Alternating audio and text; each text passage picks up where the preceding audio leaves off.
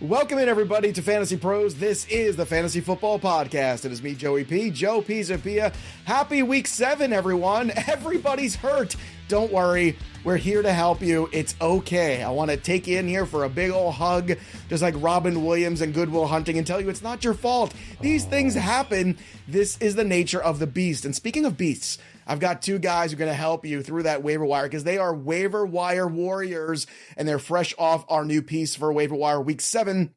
It's available right now at FantasyPros.com. It's DBro, Derek Brown, the king of bros, the fantasy bro, and of course, Pat Fitzmaurice. They've gotten about 3, maybe 4 hours sleep and they're here ready to go, ready to talk football with you. It was a wild Week 6, still going. We've got one more game on Monday night, but Pat Fitzmaurice, we have lost a lot of big names here in the last 2 weeks. Jefferson, Richardson, Connor. I'm going to keep going. HN, and then CMC comes out with an injury. Debo comes out with an injury. David Montgomery.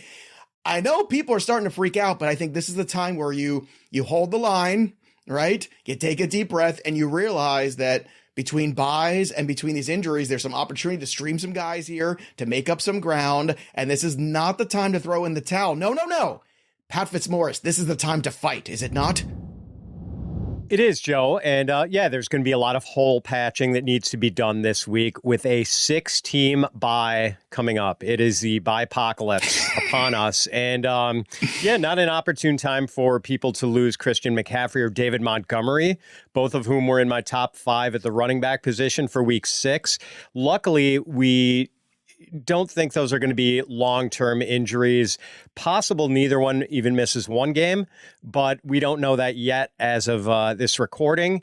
And, people are going to have to watch the news on those guys all week because very good chance they'll be without them in week 7. Yeah, look, it was crazy. We saw backup quarterbacks pull off big upsets. We had, teams that looked like juggernauts get their first losses of the year. But in all of the chaos, DBro, what stood out to you? Was there a performance? Was there a guy we were like, okay, something's really happening here that might be a trend we can latch onto here for the rest of the season? I made the case in our Slack before prepping for this show, and I'm going to make the case again here later today.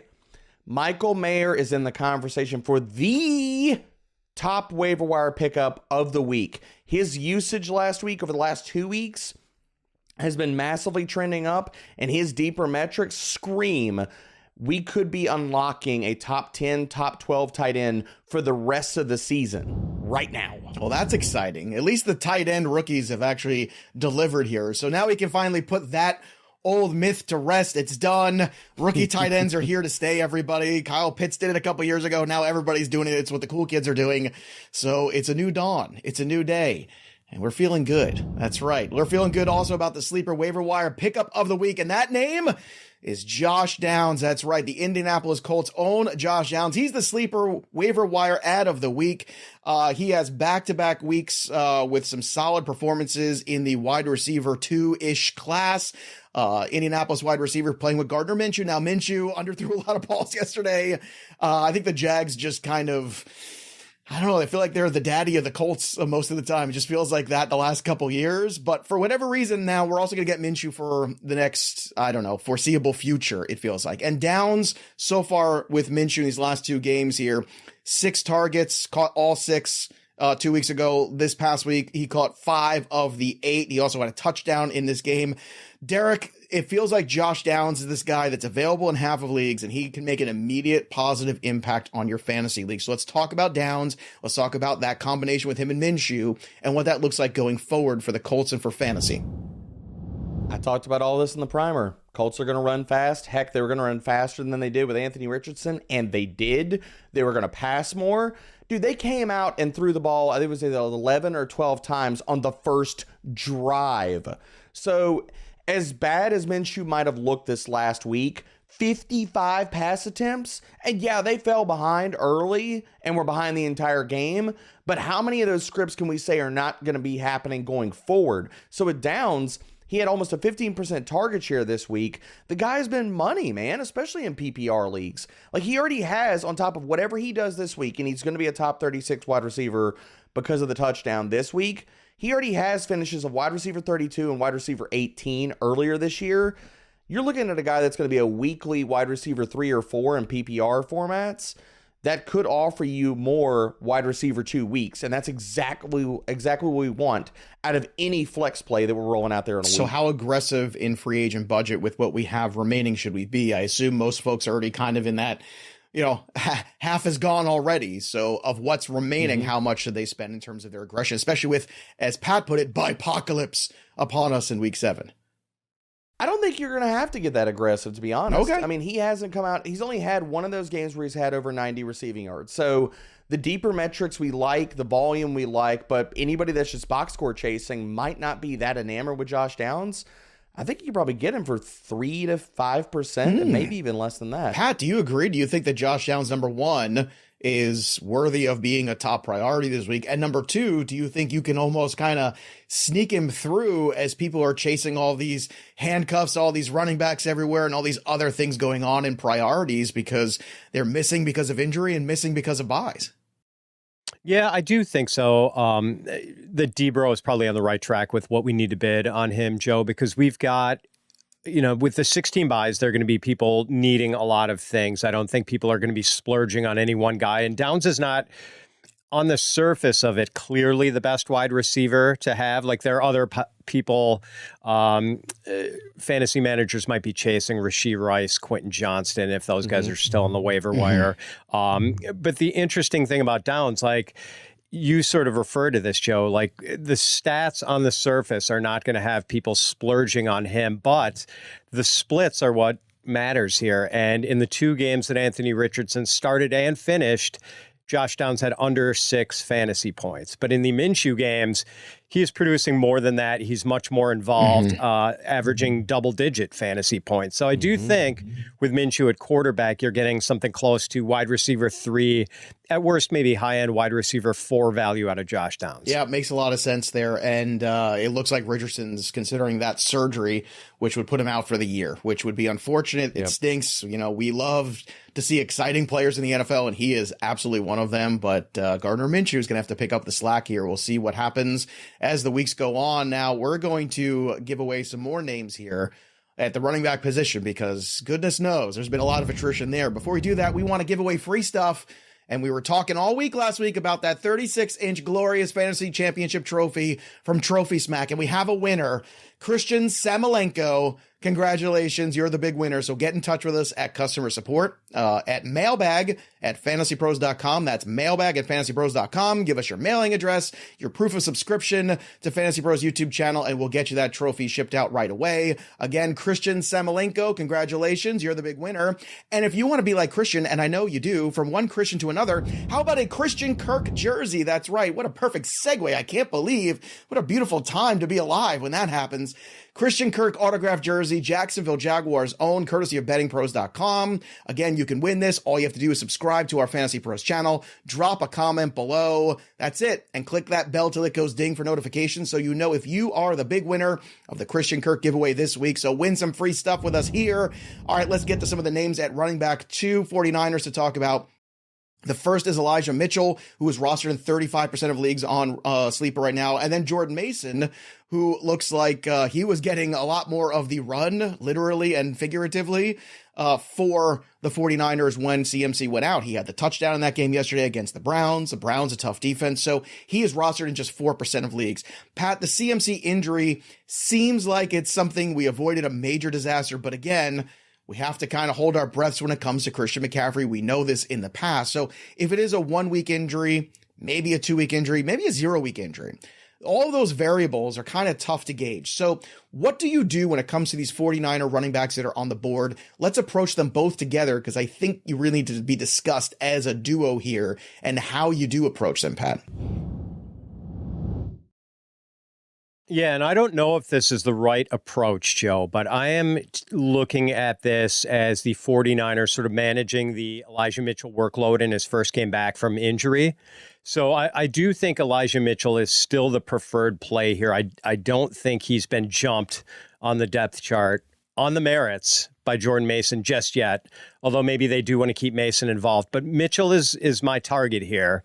And so You pegged it pretty well, Joe. We're looking at a 0 to 2 week injury. 49ers get Minnesota this week. then Cincinnati, then a week 9 bye. So best case, Mitchell is playable and forming either a 2-man tandem with Jordan Mason, or he is sort of the de facto lead back for a couple of weeks here. Worst case scenario, if you're bidding on Elijah Mitchell, Christian McCaffrey doesn't miss any time, but then you still have a pretty valuable handcuff behind a guy who has gotten hurt quite a bit throughout his career. We know the 49ers are going to endeavor to run the ball. That's what they do. We know the 49ers are going to have a lot of run-friendly game scripts because they're such a complete team and their defense is so good. So even if McCaffrey doesn't miss time, I do think Mitchell is a worthwhile add this week. All right, so how aggressive in terms of fab would you be then, Pat, on these two running backs? So, I understand deeper leagues, Mitchell's probably even rostered, so let's take that into account too. So in this short interim of the unknown, you mentioned Mitchell is still valuable long term. He is still available in almost 70% of leagues. So how aggressive with the fab would you be on Mitchell and Mason, just to get a cross section for everyone? Yeah, I mean, if you have kept your powder dry, I would go up to 14 or 15% on Mitchell if you've got everything left in the chamber. If you've already made some expenditures, I think you're looking at 10 to 12% to try to get it done. And maybe you do get it done, maybe you don't. Maybe half that for Jordan Mason, about 7% if you have a lot to spend and you want to take the chance that maybe Mason has actually skipped Elijah Mitchell, skipped past him on the depth chart, and we just aren't aware of it yet. And maybe a little less than that for Mason if you've spent money already and are trying to take kind of a budget route. DBro, your powder hasn't been dry since 2007, so how do you approach the San Francisco 49er backfield here? I was just going to say, I was like, this is why I love Monday morning shows with Pat. The turn of phrase is fantastic. As soon as I heard that, my soul just smiled. I was like, oh, that was really nice. Good. So much better really than nice, us. man. You are really, I know. He's really way better. I'm just in the shadow of greatness here. Got to drop a Revolutionary War reference when I can, Oh, goodness. Oh, man. All right. Good stuff. But with this backfield, man, I'm on the other side of it with them, Pat. And I understand. And here's the thing. I agree that Elijah Mitchell should be the spend up, but I'm more tentative on that spend up because of what we saw last week. And could it be the 49ers easing him back in? Could be. Possibly. And so I'm at 4 to 5% for Elijah Mitchell, but I'm at 2 to 3% for Jordan Mason. And my thing is, if I miss out on Mitchell, that's fine. I'm okay with getting Jordan Mason, because the other side of this coin is, what if Mitchell isn't healthy? What if he's not fully healthy and this isn't just an ease you back in? This is he's not truly healthy, and his health is a question. It's been a question over the last few years whether he can stay on the field, he can be productive. If he's that premier handcuff, is he healthy enough to even tote the rock? Because last week we didn't see that, man. You're looking at Jordan Mason got 15 snaps, ran 9 routes, got 5 carries. Elijah Mitchell's workload was almost half that. 7 snaps, 5 routes, only 2 carries in a game where it's not like San Francisco was blowing the doors off of Cleveland. They needed him in this game. So in a must-have, need-you type of spot, when CMC goes down, but Jordan Mason got more time, playing time, and more work, I worry that Elijah Mitchell's just not fully healthy, and he gutted it out just to be active this week. So I'm leaning towards Mason, and if you want to get a little more aggressive on Mason, you want to throw the 4 to 5% on Mason and just let somebody else bid heavy on Elijah Mitchell, I'm also fine with that too. Yeah, my 2 cents with the McCaffrey injury possibly not being a long-term issue, especially I believe they play Monday night next week, if memory serves. So they have one extra day here, which I know doesn't sound like a lot, but it can be when it comes to these injuries. So to me, I think the better ROI is the cheaper Mason. So I wouldn't overpay for either. And if you get Mason at a really cheap price, that's great. If you get Mitchell at good cost, that's great. But I think overpaying for either of them with the tenuousness of the situation with Christian McCaffrey, I'm not sure if that's the best thing, especially with all the buys and all the other pieces you might need to get. So it's a very, very, this might be the most important waiver wire show of your lifetime, folks. I'm looking at it right now. Looking at week 7, look at the way things are shaping up. This can make or break seasons right now. If you can come out with a W this week, it could be a really important one. Also, don't forget, everybody, the NFL season is going strong, and DraftKings Sportsbook is hooking up new customers with an offer that's even stronger. Bet $5 right now on any game this week. You can get $200 instantly in bonus bets, and DraftKings isn't stopping there. No, all customers can take advantage of this sweet offer every single game day this October. Heck, you can even bet on that San Francisco Vikings game that's coming up here. That should be fascinating. So get in on the game day greatness. Download that DraftKings Sportsbook app right now and use that promo code FANTASYPROS. When you do, new customers can score $200 instantly in bonus bets when you bet $5 on the NFL. That's promo code FANTASYPROS. That's easy to remember, only at DraftKings. DraftKings Sportsbook, an official sports betting partner of the NFL. The crown is yours. All right, who else we want to crown at the running back position? Let's take a look at Craig Reynolds, 56% roster. DBro, Jahmyr Gibbs missed the last 2 weeks. David Montgomery came out last week. So the Lions are right up there at the top of the NFC. The problem is, man, they have got a ton of injuries. So what do we do here with Craig Reynolds? I think this is the same type of conundrum we're talking about with the San Francisco backfield. It's, does David Montgomery play? This is the guy that probably gets the work. Oh, but what if Jahmyr Gibbs comes back? We've seen what that looks like.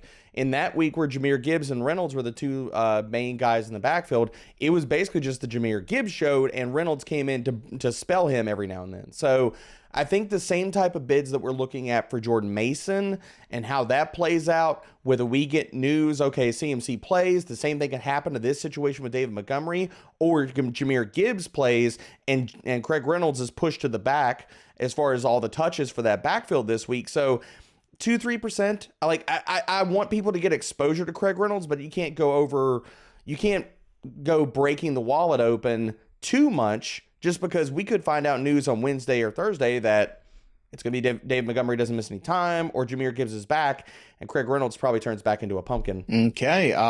Your thoughts, Pat, on Craig Reynolds here? I know DBro seems to be kind of, iffy here on him, but look, a lot of people are searching right now. Is Craig Reynolds somebody they should be landing on? I have a similar stance with DBro here.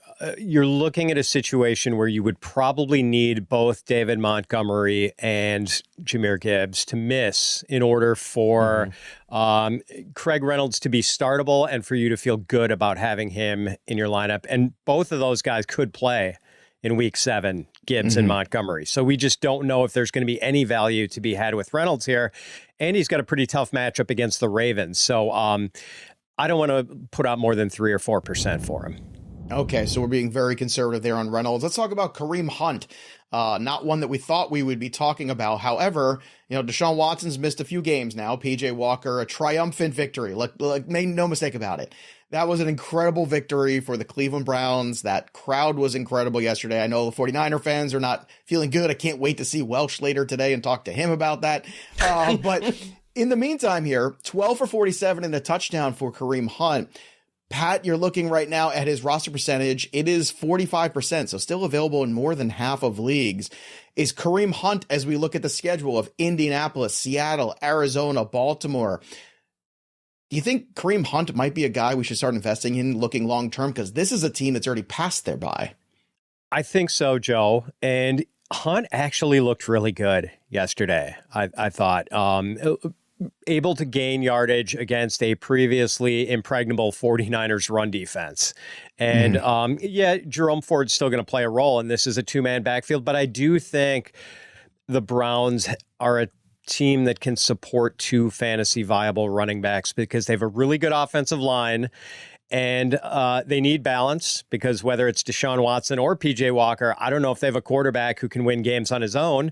And they also have a really good defense that is going to keep them awash in run-friendly game scripts throughout the season. I mean, that defense is nasty. So, I think you could justify, if you're thin at running back and have some issues there, I think you could justify a 10% outlay for Kareem Hunt, sort of at the top end of things. And I know a lot of people did pick him up after that Chubb injury. A lot of people picked him up cheap, but let's be honest. I'm sure a lot of people after that Baltimore game, when he put up 1 fantasy point, dropped him, especially with that bye looming, right? So there's a chance that Kareem Hunt has been out there now again. He did look good. Now, Mason didn't look great until the end of that game. I think that defense got a little tired. They were on the field a lot. And then that's where Jerome Ford, was able to pick up some more of that yardage later in that game when things got a little bit more wide open as they were trying to play a little bit more of that prevent defense. So when you're looking at Kareem Hunt, Derek, a lot of the points that Pat makes are really good ones in terms of how he looked yesterday, and also the point I brought up about what that schedule looks like going forward. It seems like Kareem Hunt might be one of the better running back additions this week on the waiver wire. I think you can make it a really easy case that he's the best addition to make off the waiver wire this week. That while everybody is opening up the wallet, they're spending for Elijah Mitchell, they're chasing Jordan Mason, they're chasing Craig Reynolds, and all of those guys could turn back into dust, and we don't even see them play major roles up this week. We know what Kareem Hunt's role is in this backfield. And I love the fact that Pat pointed out, because it made me pull up the deeper metrics on him. 3.0 yards after contact per attempt in both of the games before even this last week's game. That's impressive. And we know he is going to have a role. We can't say that about any of these other guys that we've already talked about on this show. That's up in the air. So really, if people want to be going after what I think is the top running back pickup of the week, it should be Kareem Hunt. It's the schedule, it's the role, it's the fact that he's been low-key very efficient with his touches. And I mean, I'm updating my bid right now. I think that Pat is spot on, 8 to 10%. Yeah, I think that's the guy to be aggressive on this week. Now, look, unlike a lot of other fantasy shows who are just never wrong about anything, we like to own stuff here a little bit at Fantasy Pros, okay? We're going to own this one, and we'll take the L, and we're going to take the L on Amari DiMercato because yesterday wasn't good. He was a very popular waiver wire ad everywhere, and it seemed like things were going in the right direction until midweek after waiver wires ran and Keontae Ingram all of a sudden was the top of that depth chart. Now, look, things weren't great for the Cardinals offense yesterday anyway against the Rams. However, 2 carries for 11 yards, terrible, not a good situation for him. Derek, can we drop Amari DiMercato? I know this is very frustrating because he was the waiver wire pickup of the week last week, but is he droppable this week for guys like Kareem Hunt? He is droppable this week, and I'll absolutely on the L. I wrote up a long paragraph about him. I dug into the film. I was high on him going into the week.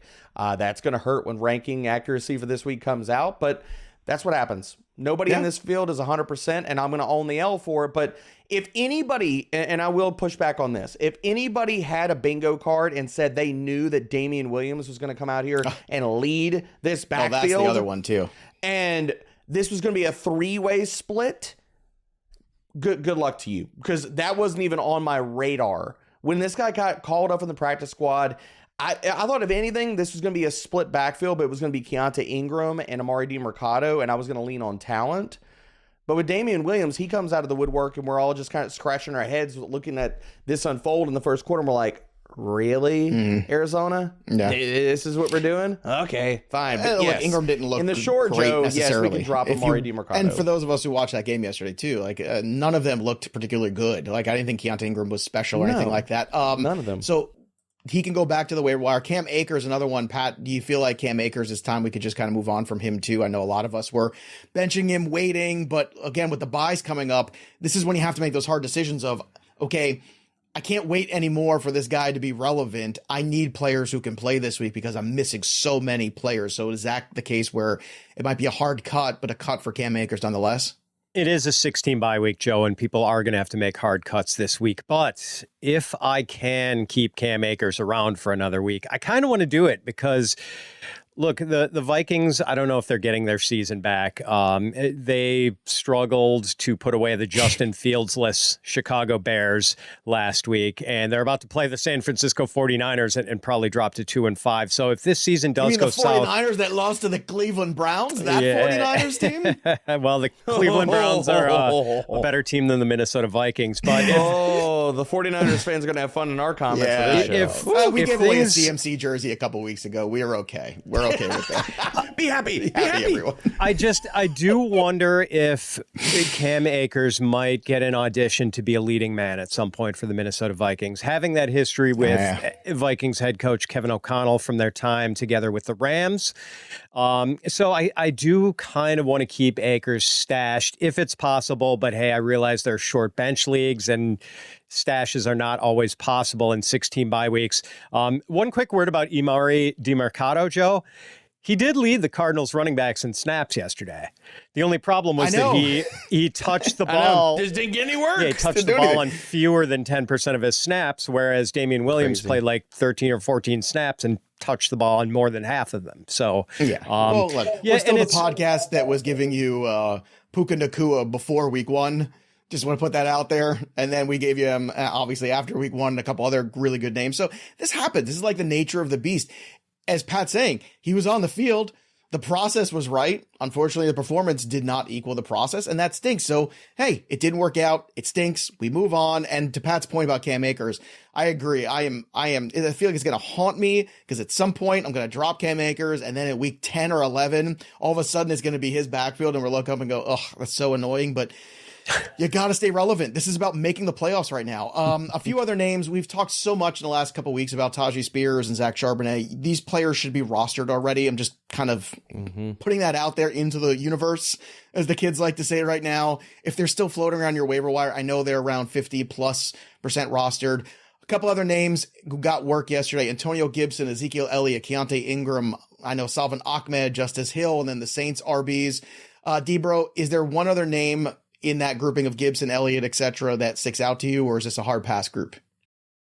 No, I mean, it's a hard pass group. The only guys that we've talked about that on numerous shows. I mean, Spears and Charbonnet should not be on waiver Charbonnet wires. should be rostered right now. Even if you're talking about it's tight for cuts and things like that, you need to be rostering both these guys, because if anything happened to Kenneth Walker or Derrick Henry, both of those guys have the talent, the skill sets to be league winners down the stretch if they got the work. Like, they would be locked in top 12, top 15 running backs weekly. So I think it's roster them if they're out there. If they're not, I'm avoiding all the rest of these guys like the plague. Yeah, Spears and Charbonnet are both almost 60% rostered. So they are available. And I think in these 10-team leagues right now, these are even ads there. Pat, would you agree, even in the more shallow leagues, these guys should start to get picked up? Like, we're getting closer to that season of, hey, you need some depth at running back.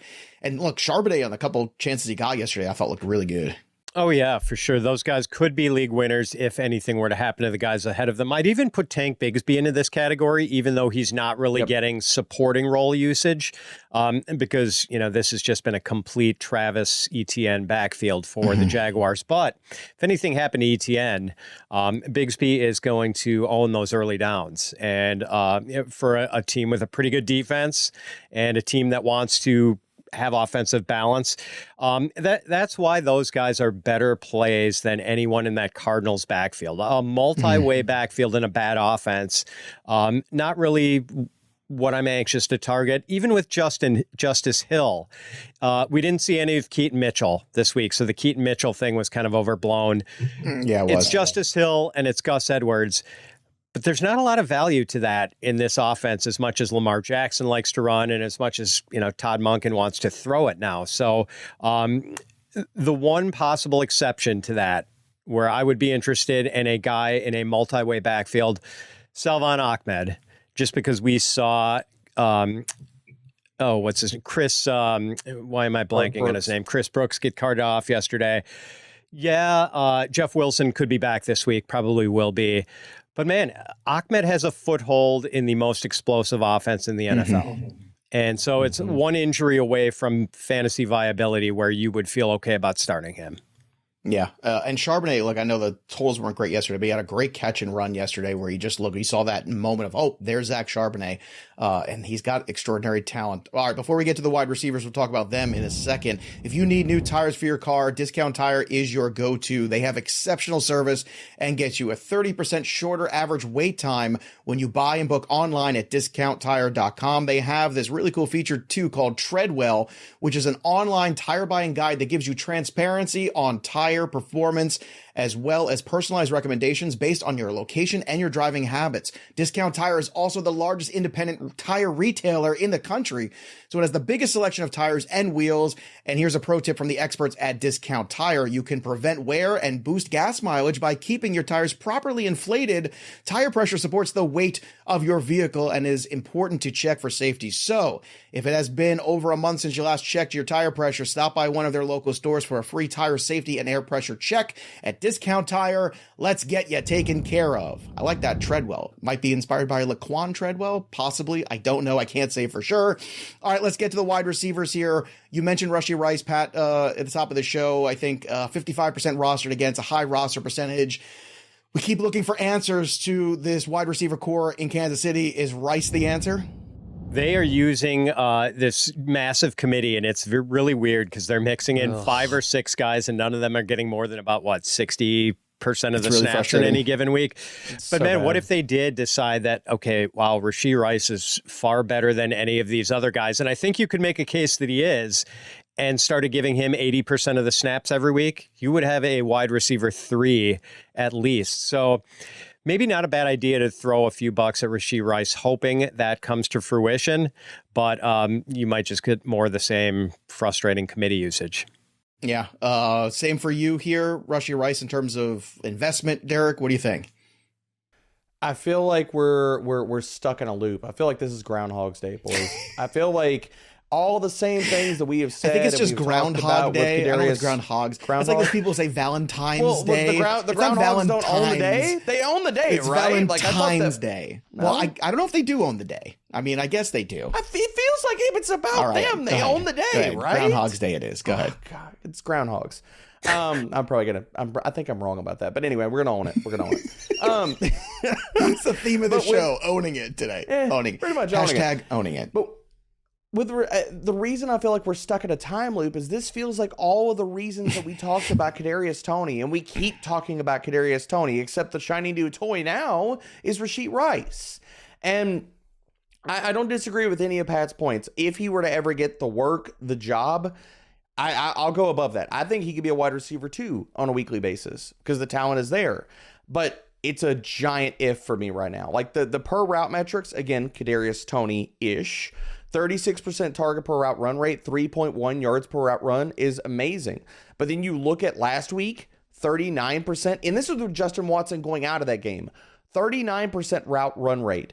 That is dropped, like it's been all over the map. It's been as low as 18% in some weeks.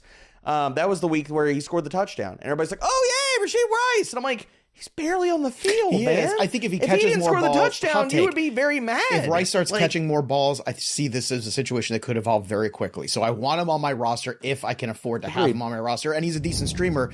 DBro, speaking of owning it, we have to own the successes too. Rashid Shaheed on Sunday's live stream was a guy you were talking up. We talked about him in the DFS world too.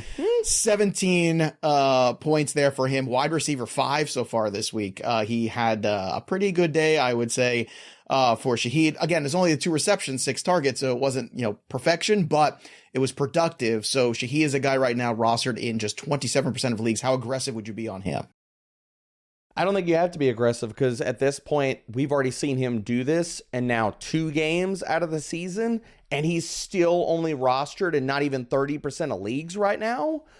Yeah, Rashid Shaheed should be picked up, and he is a wide receiver 3 viable, flex viable guy this week. And I'm short week too, by the way, against Jacksonville, just to point out for everybody too. The next 3 games, basically, when do I play Rashid Shaheed? Against teams that run a lot of zone and that are bad versus the deep ball. Well, look at that. Now we have Jacksonville up. They check both the boxes. After that, they get Indy and Chicago, which, again, check both of those Minnesota boxes. So you're looking at 3 straight games. They play man, but still, they're not like the greatest defense. 4 straight games, man, where we could see Shaheed catching deep balls in each one of these games. I will not be surprised if he's a wide receiver 3 in every single one of these weeks moving forward. Pat, do you think he can be a consistent wide receiver 3? Because really, he's been all over the map in terms of productivity.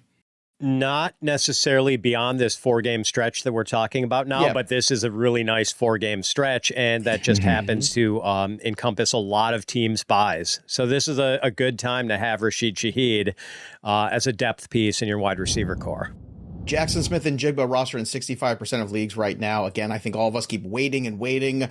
Pat, should we be rostering him still and adding him and continuing to wait here? Because I feel like this is a guy that could potentially get dropped in some leagues if people get squeezed this week. He did catch 4 balls. That's not the highest of what he's done this year. We did have 1 5-catch game in week 2 against Detroit. Did you see enough here where you're starting to get a little bit more like, okay, maybe out of the bye last week, you're starting to see a better version of Njigba getting ingratiated into the offense? Yeah, I'm encouraged that we saw him used on throws that were more than like 3 yards downfield, like the average depth of target. I don't know what it was for week 6, but like to the naked eye, it appears that they were using him at least on some intermediate targets this week. So, man, I don't want to go overboard with the stash advice because you can only stash so many guys, and just especially telling this people week and this circumstances. Yeah, because of course there are 20 or 30 guys who have considerable implied value, like their value would spike if there was an injury. Certainly JSN is one of those guys, a DK Metcalf or a Tyler Lockett injury, and I think all of a sudden JSN becomes startable. So yes, another one of those guys, if you have the room to hold him, but still not playable in the here and now. Derek Brown, do you agree with Pat's sentiments there on Jaxon Smith-Njigba? Yes, I absolutely agree. And I think, and I was just pulling it up to Pat's point, I was waiting for data to drop.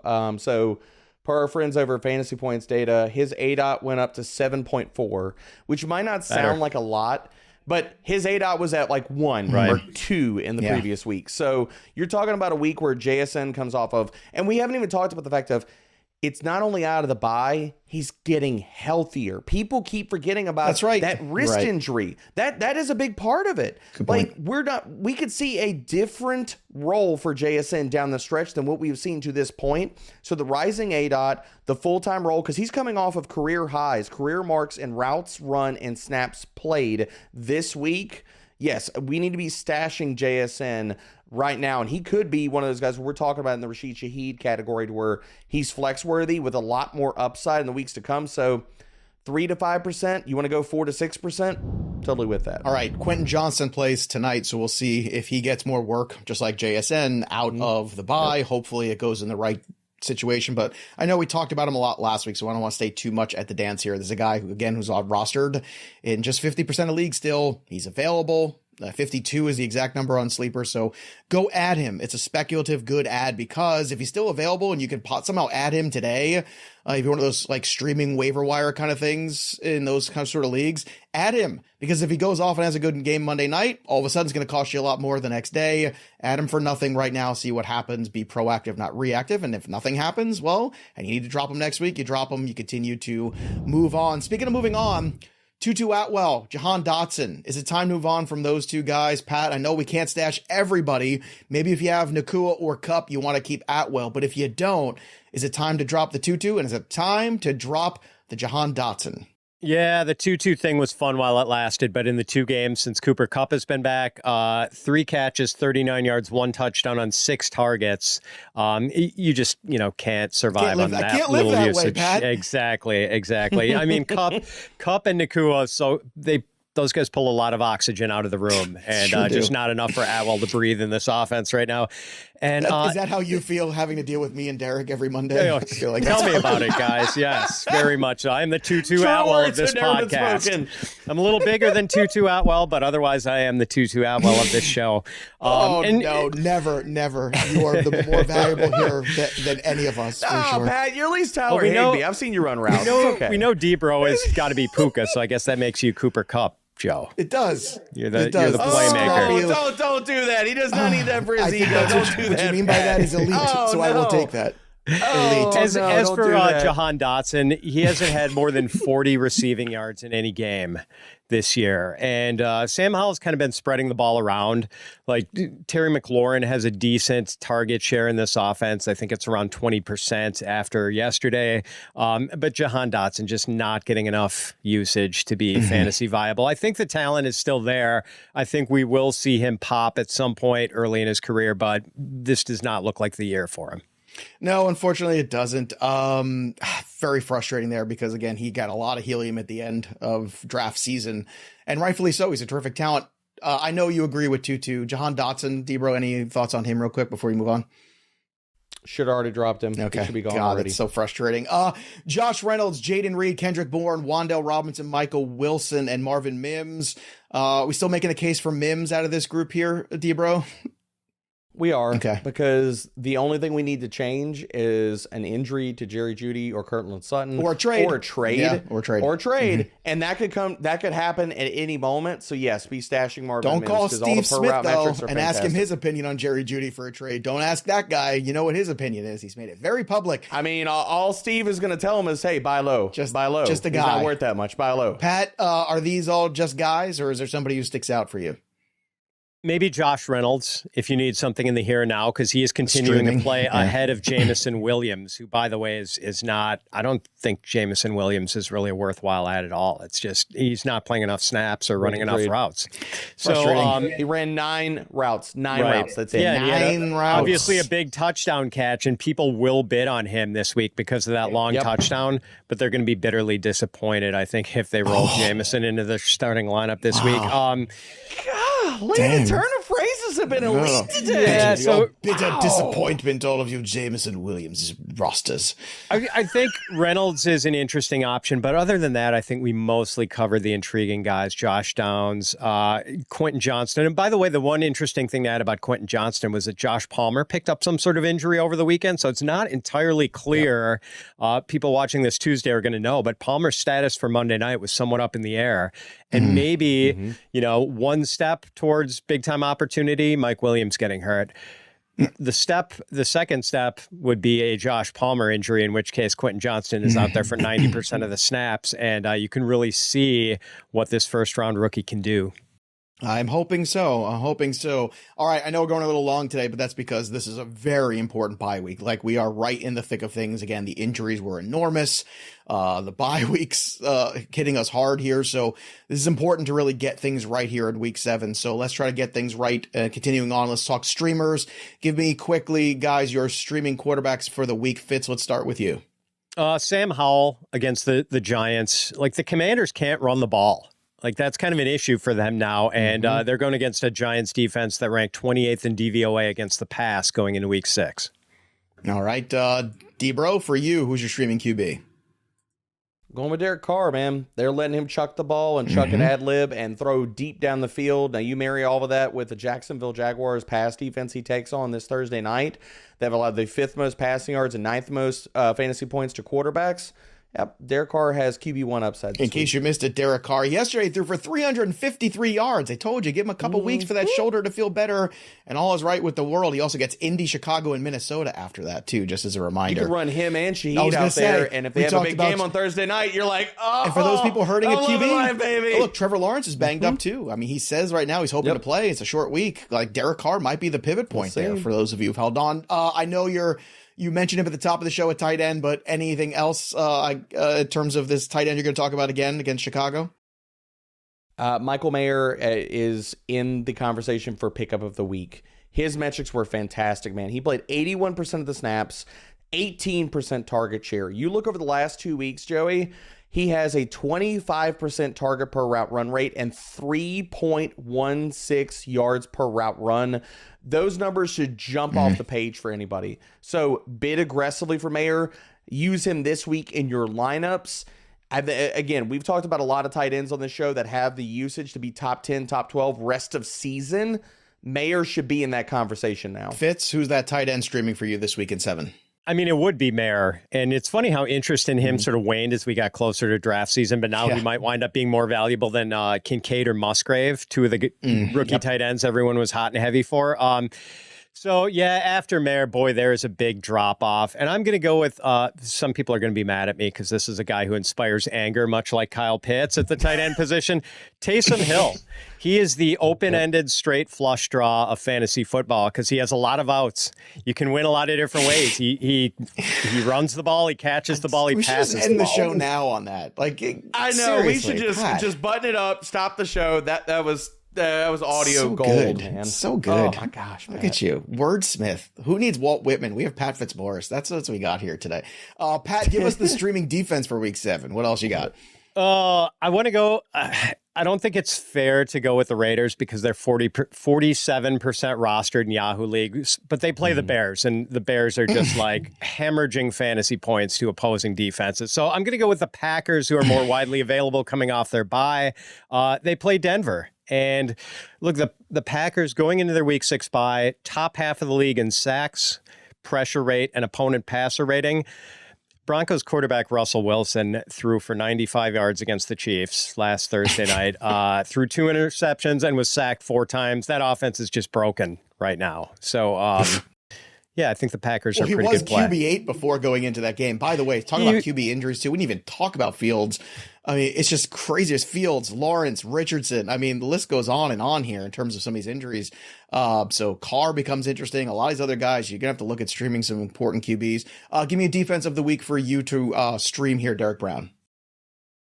I don't know why the Cleveland Browns are only 28%. I'll tell you why, because everybody dropped them against the 49ers last week. That's why. And they were coming off a bye. And people said, well, I'm going to drop them. And they got the Niners. I'm not going to roll with them for a couple weeks. That's why. If your team is set, you are looking, you're open up your roster and you're like, whew, that looks pretty. Mm-hmm. What am I going to, you're going to put Cleveland as your first claim in this week, going against the Indianapolis Colts. And I'm not saying grab them over all the other players we're talking about, but if your roster is stacked, get the Browns, man.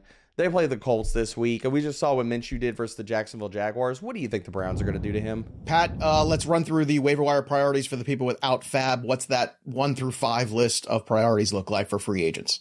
Yeah, I'm going to change my mind in real time here, Joe. I had Kareem Hunt a little further down the list. I'm going to put Kareem Hunt at the top of the list at number 1, just ahead of Elijah Mitchell at number 2. Quentin Johnston 3, Josh Downs 4, and Salvon Ahmed as a high upside flyer at number 5. Okay, there you go. DBro, how about for you? What's your 1 through 5? I'm going Quentin Johnston, number 1, JSN, number 2, Michael Mayer, because people need to be buying into the upside there at number 3. And then I think it's an interesting conversation after that. I'm going to put Downs at 4 and Rashid Shaheed at 5, but you could put Kareem Hunt. I think the conversation for Kareem Hunt for me starts at 4. So any mix of Kareem Hunt, Downs, and Shaheed. Great job today, fellas. Again, if you need more help, make sure you download my playbook. You're using the waiver wire assistant. Make sure you're reading the waiver wire article that's up right now and check out the waiver wire rankings at fantasypros.com. We're here for you to help you through these hard times, baby, as Dusty Rhodes once so eloquently put it. But hard times breed better men. So make sure you get all your waiver wire stuff set up this week. Let us help you at Fantasy Pros. Again, use my playbook, use the article, use the ranking, use all the tools to help you through Bipocalypse and these injuries, because again, we don't understand throwing in the towel here. It's all about fighting through, so we're going to fight with you every step of the way. That'll do it for us, but the story of the game goes on. For Pat and Derek, I'm Joey P. We'll see you next time, kids.